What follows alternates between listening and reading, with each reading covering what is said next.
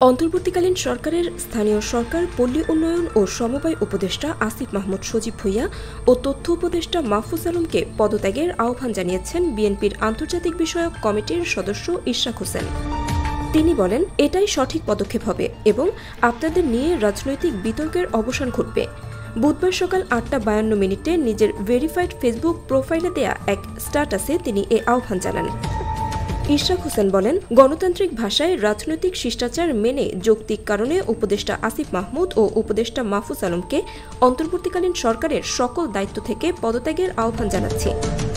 নাহিদ ইসলামের কথা উল্লেখ করে তিনি আরও বলেন, যেহেতু এটা প্রতীয়মান যে আপনারা রাজনৈতিক দলের সাথে সম্পৃক্ত আছেন, হয়তো আগামীতে সরাসরি যুক্ত হবেন, তাহলে আপনাদের পদত্যাগের দাবি কি অযৌক্তিক? আপনাদের এই নাহিদ ইসলাম যে দৃষ্টান্ত স্থাপন করে গিয়েছে সেটাই অনুসরণ করুন।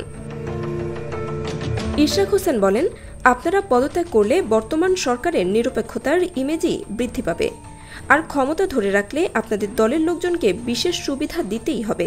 এটা থেকে বিরত থাকার বা শতভাগ নিরপেক্ষ থাকার বিন্দুমাত্র সম্ভাবনা অথবা ক্ষমতা আপনাদের নেই। শেষে তিনি বলেন, বন্দোবস্ত তো আগেরটাই অনুসরণ হচ্ছে, আরও পাকাপোক্ত করা হচ্ছে বললেও ভুল হবে না। আপনাদের পদত্যাগের দাবি থেকে সরার কোনো সুযোগ নাই, আপনারাই বা কেন থাকতে চাচ্ছেন?